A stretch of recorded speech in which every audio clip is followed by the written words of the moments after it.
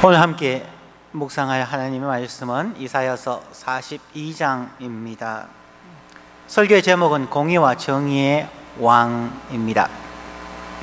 오늘은 본문의 말씀을 생각하면서 먼저 한 책의 내용을 소개하면서 설교하겠습니다. 책의 제목은 죽음을 다시 쓴다. 샘 파르니아가 쓴 책입니다. 2009년 8월 운전기사 교대 근무 시간을 마치고 뉴욕 맨해튼에서 퇴근하던 택시기사 조 테일러 씨는 속임 메스꺼움을 느끼고 땀이 삐오듯 흐르는 것을 느꼈습니다.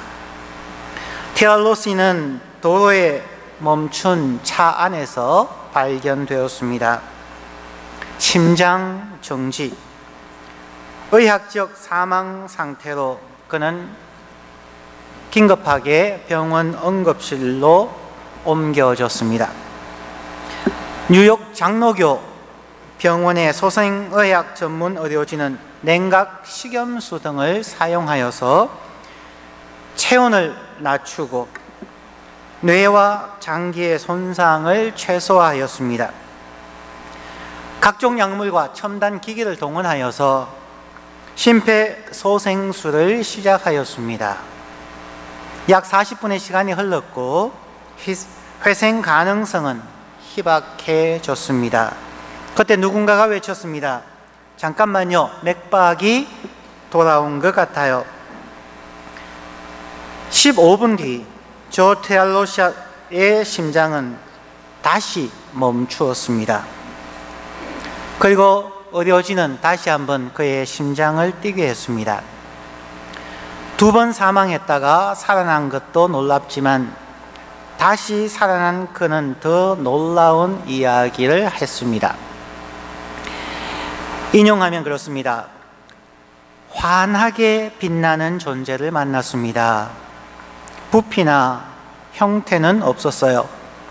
그건 단지 사랑과 인정과 따뜻함이 느껴지는, 감히 말로 표현하기 힘든 어떤 것이었습니다. 이 책을 쓴 저자 샘 파르니아는 뉴욕 조립대 소생술 연구소장을 맡고 있는 소생의학 전문가입니다. 그는 말하기를 의학의 발달로 죽음은 최후가 아니라 과정임이 드러나고 있다고 말합니다. 죽음에서 다시 돌아온 사람들의 경험은 의식, 영혼, 자아의 존재, 삶과 죽음의 경계, 사후생 등에 관한 새로운 의문을 제시한다고 말합니다. 실제 사망 체험자 50여 명을 인터뷰에 뽑아낸 사례들도 흥미롭습니다. 책에 따르면 유럽과 북미에서만 해마다 의학적 사망을 의미하는 심장 정지 사례가 100만 건 이상 발생하고 이 중 16에서 18% 정도가 목숨을 건진다고 말합니다. 의료진의 전문성과 시설, 기술에 따라 소생률 편차가 크게 벌어집니다. 살릴 수 있는 사람들이 죽어가고 있다는 뜻입니다. 이 책의 258페이지의 내용을 소개합니다. 현대의학이 사람을 다시 살려낼 수 있는 죽음 이후의 몇 시간 동안 영혼 혹은 자아라 불릴 만한 무언가가 신체와 별개로 계속 존재한다는 증거가 계속 늘고 있다. 우리는 이것을 죽음 이후의 삶이라고 부를 수밖에 없다고 말합니다. 제가 이 책을 소개하는 것은 단순히 죽음 이후에 영원한 세계, 영혼의 세계가 있다는 것을 말하려는 것은 오늘은 아닙니다. 죽음 이후의 세계는 분명히 존재하고 영혼이 있다는 것을 저도 믿고 고백하고 말씀드리지만, 제가 오늘 이 책을 소개하는 것은 죽음 이후가 아니라 현재에 대한 이유 때문에 소개합니다. 이 땅에 살아가고 있는 사람들, 저와 여러분 그리고 우리의 이웃들 중에도 현실이 어렵고 마음의 스트레스와 고통, 육체의 질병과 경제적인 어려움, 사람들과의 사소한 갈등들, 어려움 때문에 날마다 마음의 죽음을 경험하는, 우리의 삶의 죽음을 경험하는 사람들이 100만 명 이상이 되지 않을까요?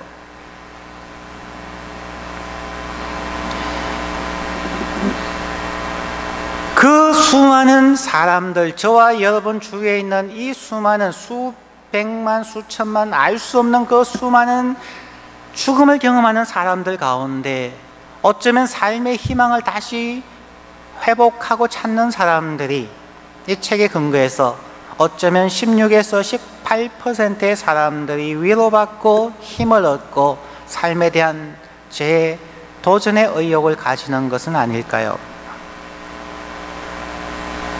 조 테알로시가 얘기한 것처럼 어렵고 힘든 죽음의 상황 속에서 환하게 빛나는 존재를 만났습니다. 그건 단지 사랑과 인정과 따뜻함이 느껴지는, 감히 말로 표현하기 힘든 존재, 그 존재를 만날 수 있을까요? 지금 현재 이 땅, 우리의 삶에 이러한 존재가 필요하지 않을까요? 깨어진 가족, 이웃과의 관계의 회복, 어렵고 힘든 인생살이에서 피할 곳이 되고 갈증을 풀어줄 수 있는 시원한 샘물이 필요하지 않을까요? 죽음 이후의 영원한 세계뿐만 아니라 이 땅에서 어떻게 공의와 정의의 왕이 다스리며 우리는 거기에서 무엇을 할 수가 있을까요? 오늘 이사야서 32장의 말씀은 우리에게 매우 어렵고 중요한 도전을 하고 있습니다. 본문의 첫 번째 부분은 정의와 공의의 왕이 다스릴 것이라는 것입니다. 이사야서 32장의 처음과 오늘 봉독하지 않은 끝부분에 동일한 단어들이 반복되고 있습니다. 1절, 보라, 장차 한 왕이 공의로 통치할 것이요 방백들이 정의로 다스릴 것이며, 16절과 17절로 갑니다. 그때에 정의가 광야에 거하며 공의가 아름다운 밭에 거하리니 공의의 열매는 화평이요 공의의 결과는 영원한 평안과 안전이라.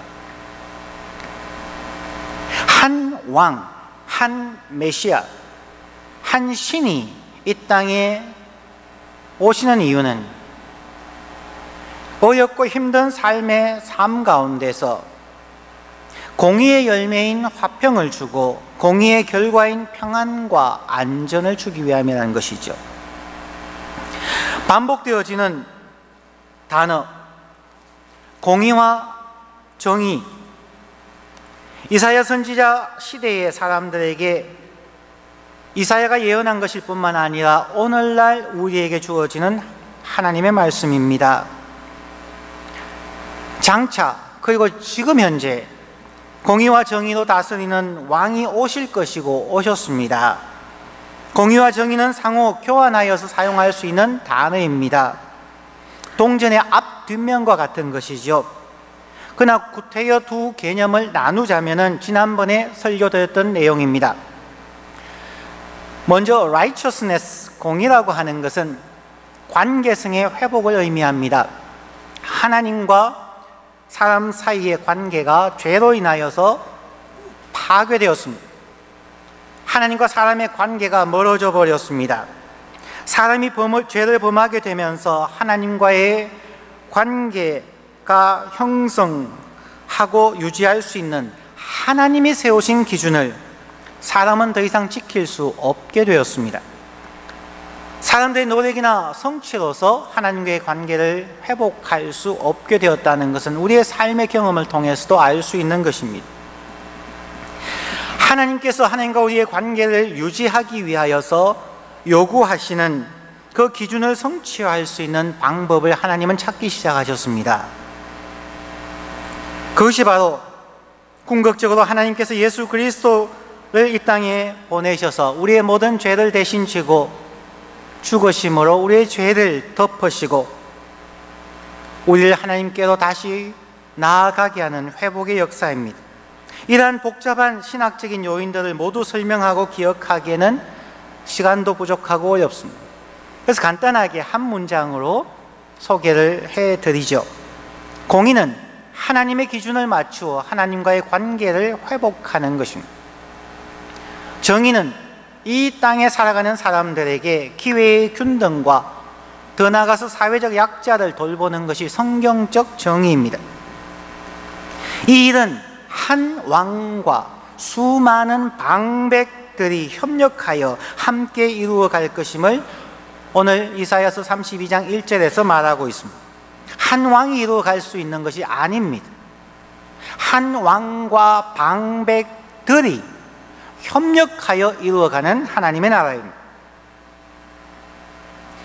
1절에서 말하는 한 왕은 하나님이시며 신약에서 예수 그리스도입니다. 그러면 방백들은 누구일까요? 구약의 개념은 왕과 여러 가지 이스라엘 백성이라면 신약에서는 바로 저와 여러분들, 하나님의 백성들, 그리스도인들입니다.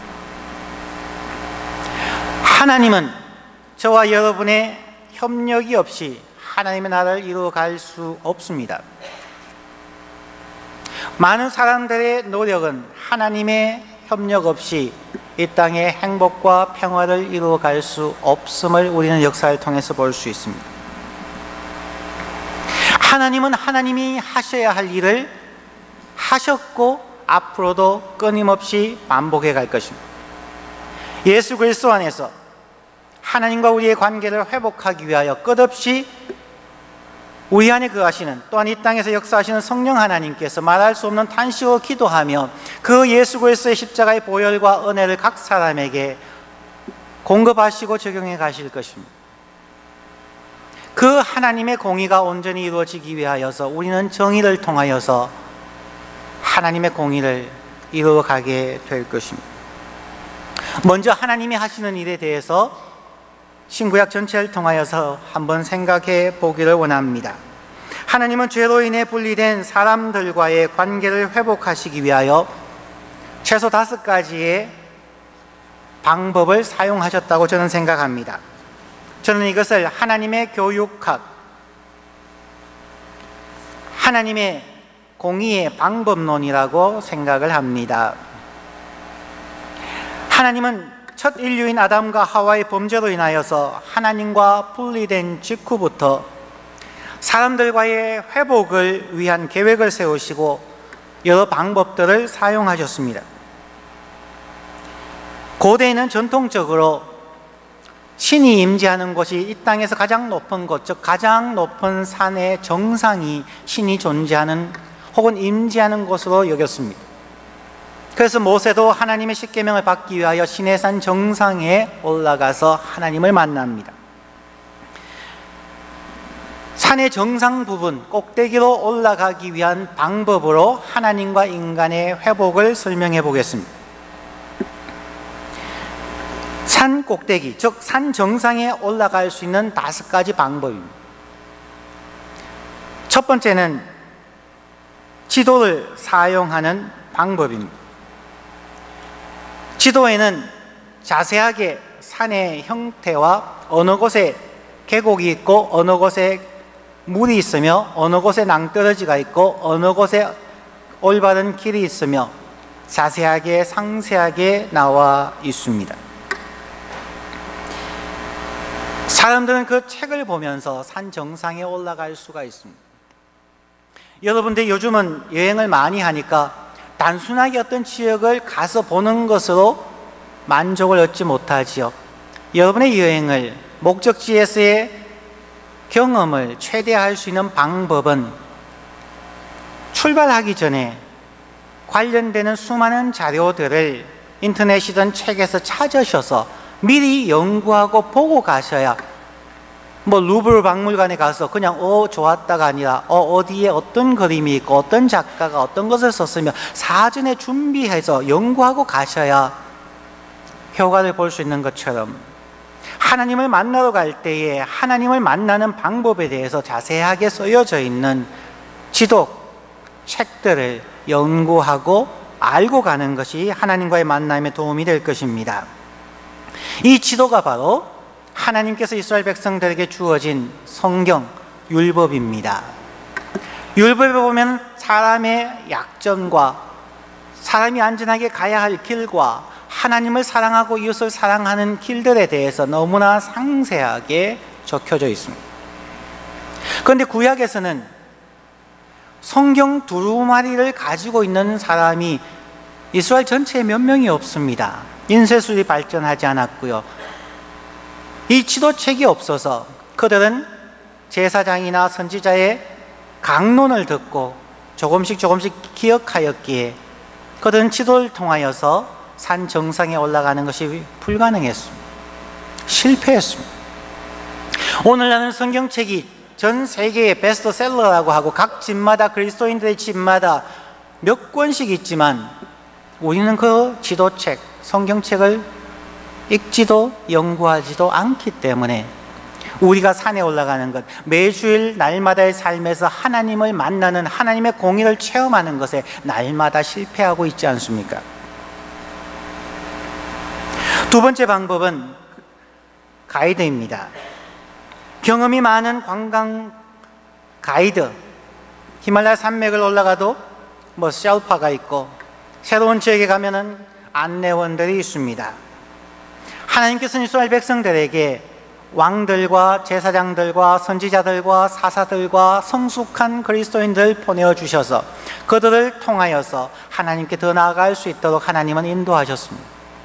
그러나 그들이 있을 동안에는 그들이 조금 회복되어지다가 안내원들이 바뀌게 되면 또 그들은 하나님을 멀리 떠났습니다. 실패했습니다. 세 번째 방법은 친구입니다. 안내원들은 직업적이지만 친구들은 친구라는 관계 때문에 더 세밀하게 관심과 배려를 가져줍니다. 이 친구는 이 땅에 오신 예수 그리스도입니다. 예수님께서 말씀하시길 나는 더 이상 너희를 종이라 하지 아니하고 친구라 한다. 친구들과 모든 것을 나누고 쉐어하고 함께 가기를 원한다. 예수님은 그들과 함께 먹고 자고 여행하고 가르치고 병자를 고치시고 외롭고 가난한 사람들의, 죄인들의 친구가 되어 주셨습니다. 그러나 친구로 사역하신 예수 그리스도도 실패했습니다. 예수님도 3년여 친구로서 그들에게 모든 것을 주었지만 결국 사람들은 예수를 부인하고 배신하고 십자가에 못 박고 떠나버렸습니다. 친구로서의 예수 그리스도는 반쪽 성공을 거둔 것이죠.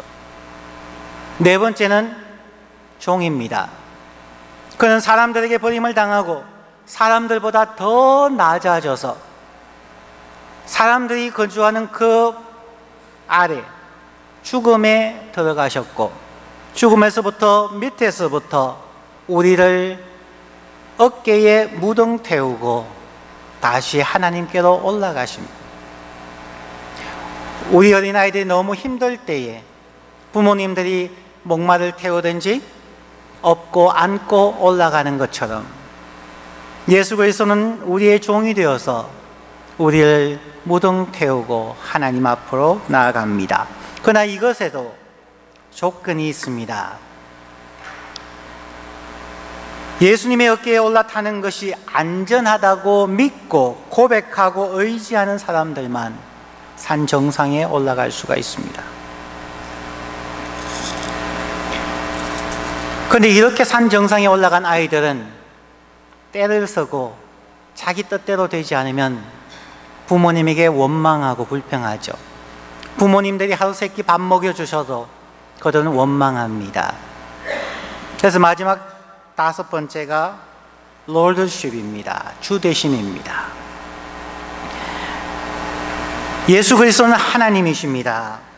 그런데 자신을 철저히 비우고 우리와 같이 되어서 우리를 사랑하시고 하나님과 관계가 회복되도록 희생하신 예수님의 은혜와 사랑을 깨닫게 되어서 철이 들어서 예수 그리스도를 더 이상 우리의 친구나 종으로만 생각하는 것이 아니라 나를 사랑하는 부모님으로, 나의 하나님으로 고백할 때에 온전한 관계가 유지되어지는 것이죠. 부모가 자녀들에게 그냥 친구만 되어준다고 좋은 것은 아니죠. 하나님도 이러한 5가지의 방법을 통하여서 수많은 인간의 말로는 시행착오를 겪으시면서 사람들을 하나님께로 인도했습니다. 여기 계시는 부모님들 자녀를 키우실 때 어느 방법을 사용하시겠습니까? 어떤 사람들은 과외 공부만 열심히 시켜서 지도책을 많이 주고 가이드인 튜터를 열심히 붙여준다고 성공하든가요? 하나님의 말씀을 열심히 가르치고 주일학교에 보내고 한글학교에 보낸다고 우리의 자녀들이 인격이 성숙하고 사람들과 잘 사귈 수 있는 사람이 되든가요? 하나님도 실패한 방법을 우리 부모님들은 자기의 경험, 자신의 소망으로 자녀들을 키우려고 하지요. 부모님들도 자녀를 잘 키우는 방법, 그들에게 공부할 수 있도록 지도를 제공하고 그들에게 좋은 선배와 선생님들 제공하고 친구들과 자신이 친구가 되어지고 때로는 그들이 낙심하고 때로는 사춘기로 반항하고 부모에 대해서 원망할 때에 종이 되어서 품고 무덤 태우고 갈 수 있어야만 합니다. 그들이 철이 들었을 때에 비로소 부모님께 효도하고 하나님에 대해서 주되심을 고백하면서 성숙한 자녀가 되죠. 자, 이것을 사회에 적용시켜 보십시다. 오늘날 이 땅에서 우리 그리스도인과 교회의 모습을 얘기하기 위해서 지금 이 모든 설명을 길게 설명하고 있습니다. 우리는 하나님께서 이 땅을 창조하셨고 오직 예수 그리스도만이 하나님과 회복할 수 있는 유일한 길이라고 고백하고 전도합니다. 하지만 우리는 이 땅에 이 5가지의 방법 중에 어느 것을 사용하고 있습니까?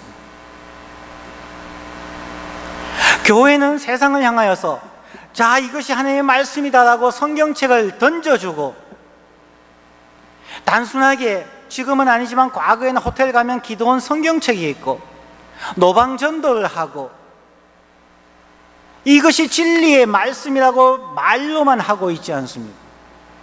세상 사람들은 지도가 없어서 산 정상에 못 올라가는 것 아닙니다. 진리의 말씀을 전한다고 그들이 돌아오는 경우는 없습니다. 구약 시대이든 신약 시대이든 오늘날 시대에도 심지어 집에 성경책이 수없이 많은 그리스도인들조차도 예수 그리스도의 성품을 나타내지 못하는 사람들이 대부분입니다. 그런데 단순하게 세상을 향하여 예수 믿고 천국 가십시오, 그것으로 전도가 될까요? 거의 불가능할 것입니다. 우리는 그들에게 하나님의 말씀을 나누어야 합니다. 가르쳐 주어야 합니다. 꼭 필요합니다. 그러나 거기에 더 나아가서 가이드가 필요합니다.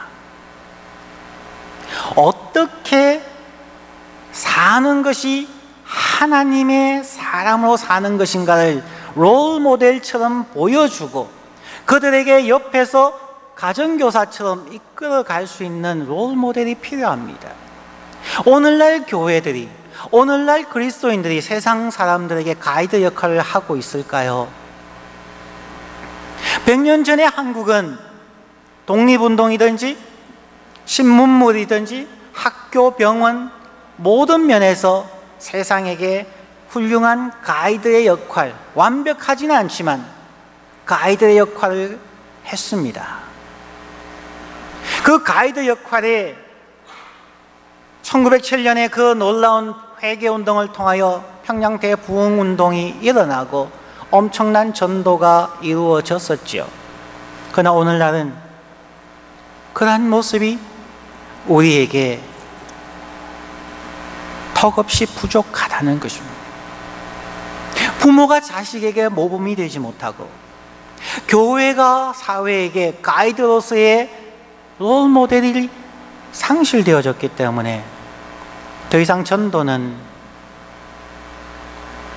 약해지고 심지어 교회를 향하여서 원망과 불평의 소리를 듣고 있습니다. 우리가 세상을 변화시키기 전에 우리 자신에게 갱신과 변화가 없으면 희망은 없을 수도 있습니다. 우리 교회는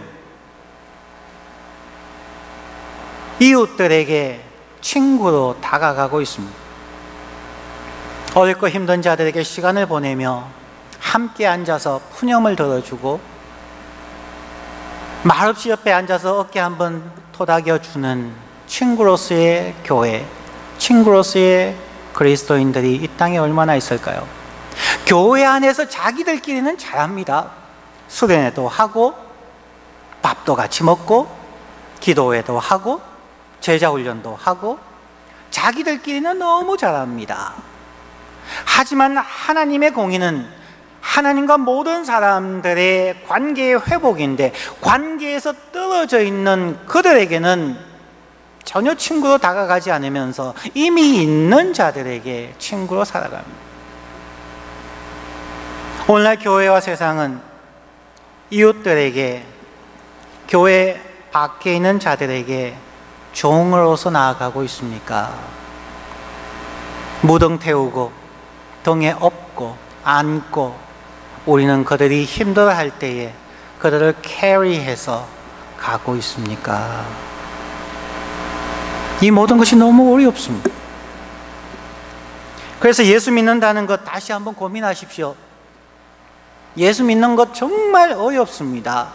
그냥 예수 믿고 천국 간다 그 한마디 하는 것은 세상에서 제일 쉬울 수도 있지만 하나님의 공의의 방법 그리고 하나님의 방백들로서 하나님의 동력자들로서 살아가는 것은 너무 힘듭니다. 일생 동안에 피눈물 나는 수행이 없으면 그리스도인의 삶은 불가능합니다. 그래서 새로 예수 믿겠다고 교회 오시는 분들 보면은 한쪽에서는 기쁘고 한쪽에서는 야 고생문 훤하게 저 어떻게 하려고 할까 걱정될 때가 있어요.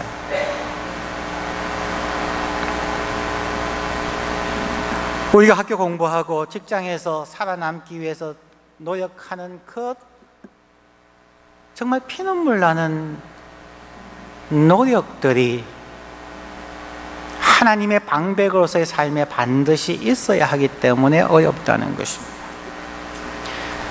세상을 향해서 우리가 하나님의 진리의 말씀을 전하고 롤모델이 되어주고 친구가 되어주고 그들의 종이 되어줄 때에 그들도 비로소 저들을 다스리는 신이 있는데 그 신이 참 신이구나. 그래서 그들이 하나님 예수 그리스도의 주되심을 인정하고 그리스도인이 되는 것이죠. 이게 하나님께서 성경 전체에서 행하신 5가지의 방법론이고 다시 말해서 하나님의 방법이기에 하나님의 방백들, 하나님을 믿는다고 하는 모든 그리스도인들의 삶의 방식이어야 한다는 것입니다. 이것을 이해하고 이것을 삶에 적용하면 우리의 자녀 교육은 훨씬 쉬워질 것입니다. 우리의 학교 생활, 직장 생활은 조금 더 수월해질 것입니다. 우리의 전도 생활도 훨씬 수월해질 것입니다.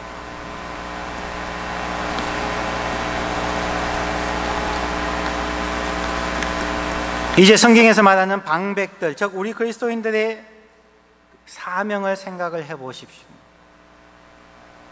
보라 장차 한 왕이 공의로 통치할 것이요 방백들이 즉 왕 같은 제사장들인 우리들이 정의로 다스릴 것이며 이 방법에 대해서 2절부터 4절까지에 나옵니다. 또 그 사람이 세상의 광풍으로부터 피난처가 되시고 폭우를 맞을 때에 처마 끝이 되고 우산이 되어주고 마른 땅 기가 됐을 때에 냇물같이 그들에게 생수를 제공할 것이며 곤비한 땅에서 사람들이 쉴 수 있는 큰 바위 그늘이 될 것이다. 3절에 보는 자의 눈이 감기지 아니하며 듣는 자가 귀를 기울이며 그때야 비로소 세상 사람들은 그리스도인들의 말에 귀를 기울이게 된다는 거죠. 세상으로 인해서 마음이 조급한 자의 마음에 진리, 지식을 깨닫게 되고 어눌한 자의 혀가 민첩하여 서로 사랑한다고, 감사하다고, 미안하다고, 사랑한다고 하는 말을 분명히 할 것이라.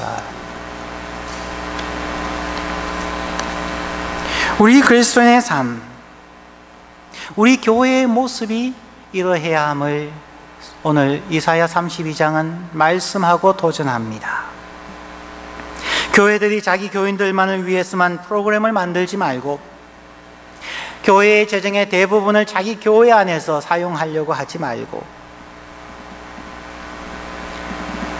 우리 모두가 나눔이 있는 하나님의 공의와 정의를 이루어가는 소명자로서의 삶을 살아야겠죠.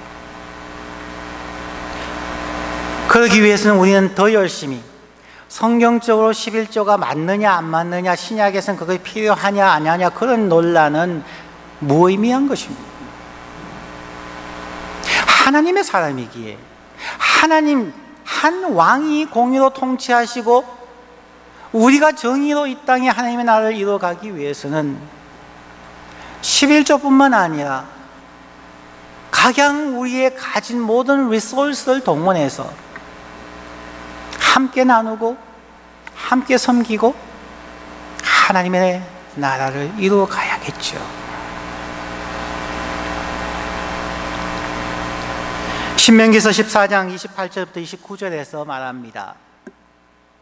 매 3년 끝에 그의 소산의 10분의 1을 다 내어 너의 성읍에 저축하여 너희 중에 분깃이나 기업이 없는 레위인과 너의 성중에 거류하는 객 나그네와 고아와 과부들이 와서 먹고 배부르게 하라. 그리하면 so that 그 결과로서 너희 하나님 여호와께서 너의 손으로 하는 범사에 너에게 복을 주시리라. 우리는 하나님께 복받기를 위해 기도합니다. 하지만 성경은 복받는 방법을 분명하게 얘기해 주셨다는 것입니다. 그리하면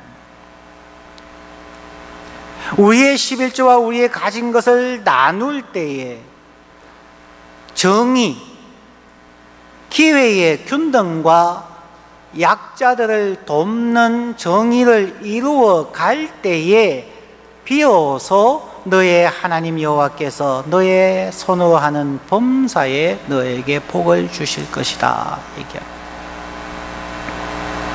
교회에서 성도들에게 11조 많이 하십시오라고 강조하는 것, 11조 하면 복 받습니다 하는 설교는 절반에도 미치지 못하는 것이죠. 교인들은 열심히 11조 생활하는 것이 맞지만 그러면 교회는 어떻게 쓰고 있습니까? 그것이 어디에 사용되어지고 있습니까? 우리가 고민해 보아야 할 부분입니다. 마지막으로 가서 오늘 본문의 8절에서는 이렇게 이야기합니다. 존귀한 자는 존귀한 일로 서리라. 그리스도인들은 존귀한 자입니다. 시편 16편 3절 말씀을 자주 인용해 드리지요. 다윗 왕이 이스라엘 백성에게 한 말이며 또한 하나님께서 다윗을 통하여 하나님의 백성들에게 하는 얘기입니다. 땅에 있는 성도는 존귀한 자들이니 나의 다윗과 하나님의 모든 즐거움이 그들에게 있도다. 하나님의 모든 즐거움이 저와 여러분에게 있다는 것입니다. 왜냐하면 저와 여러분이 존귀한 자이기 때문입니다. 그러나 우리의 생각과 삶을 보면 우리가 과연 존귀한 사람일까 생각될 때가 많죠. 어떻게 하면 존귀한 자가 될까요? 오늘 본문 이사야서 32장 8절에서는 이렇게 말합니다. 존귀한 자는 존귀한 일을 계획하나니 그는 항상 존귀한 일로 서리라. 먼저는 생각이 하나님의 공의와 정의를 생각하는 존귀한 일을 생각하고 계획할 뿐만 아니라 그것을 실행해서 존귀한 일을 실행함을 통하여 존귀한 자의 지위를 유지하게 될 것이다 하는 것입니다. 단순히 교회에 다닌다고 존귀한 사람이 아닙니다. 존귀한 자는 그의 생각과 그의 행위로 우뚝 서게 됩니다. 어떤 타고난 신분이 아니라 그 사람이 무슨 생각을 하느냐에 의하여 그 사람의 존귀함이 나타난다는 것이죠. 날마다 순간마다 우리의 생각을 점검하는 삶, 그것이 그리스도인의 삶입니다. 하나님의 말씀에 순종하여 존귀한 행위로 서려고 노력하지 않으면 우리는 세상에서 가장 허망한 존재, 가장 위선적인 존재가 될 수밖에 없습니다.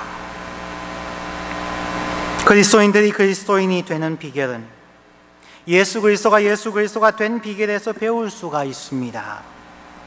하나님이신 예수 그리스도께서도 늘 존귀한 계획을 세우고 존귀한 행위로 우뚝 서게 되셨죠. 하나님이시지만 그는 하나님의 모든 영광과 권세를 버리시고 비우시고 내려오셔서 우리와 같이 되시고 친구가 되시고 가르치시고 고치시고 먹이시고 생각뿐만 아니라 행위를 하셨었고 결국 십자가에 죽기까지 하나님의 말씀에 순종함을 통하여 그가 참 그리스도이심을 증명하시고 우뚝 서게 되었다는 것이죠. 우리 그리스도인들도 하나님의 사람들입니다. 하나님의 자녀들입니다. 존귀한 자들입니다. 그러나 우리의 계획과 우리의 삶의 모습을 통하여서 우리가 진정한 존귀한 자인지 증명되어져야만 할 것입니다. 처음에 소개했던 저의 말을 소개하고 마칩니다. 이 땅에 살아가기 힘든 이민생활, 주재원의 생활, 유학생의 생활, 나그네 생활, 정말 사망의 엄침한 골짜기를 다니는 같은 우리의 모든 주위의 사람들이 과연 이러한 말을 할 수가 있을까요? 조 테랄로시가 한 말, 내가 죽음을 체험했을 때에 환하게 빛나는 존재를 만났습니다. 부피나 형태는 없었어요. 그건 단지 사랑과 인정과 따뜻함이 느껴지는 감히 말로 표현하기 힘든 어떤 것이었습니다. 우리말로 하면 나는 정말 평안하며 사랑이 넘치는 존재를 만났습니다. 그의 직위나 그의 학력이나 그의 신분은 알 수 없었습니다. 그는 단지 사랑과 인정과 따뜻함이 느껴지는, 감히 내가 말로 표현하고 지금까지 만나보지 못했던 그 어떤 사람을 만나서 내 삶이 변화되었습니다. 그 환하게 빛나는 존재가 저와 여러분이 되기를 소망합니다. 그 일을 위하여서 우리는 끊임없이 수련하고 중단 없이 나아가야 할 것입니다. 이미 예수 그리스도 안에서 하나님과의 관계가 회복되어진 성도 여러분, 예수 그리스도와 함께 공의와 정의로 우리의 가정과 교회를 다스리며 또한 이 세상을 다스리며 그 안에서 하나님의 능력과 은혜가 여러분에게 역사함을 체험하는 귀한 성도님들 되시기를 주의 이름으로 축원합니다. 기도하겠습니다.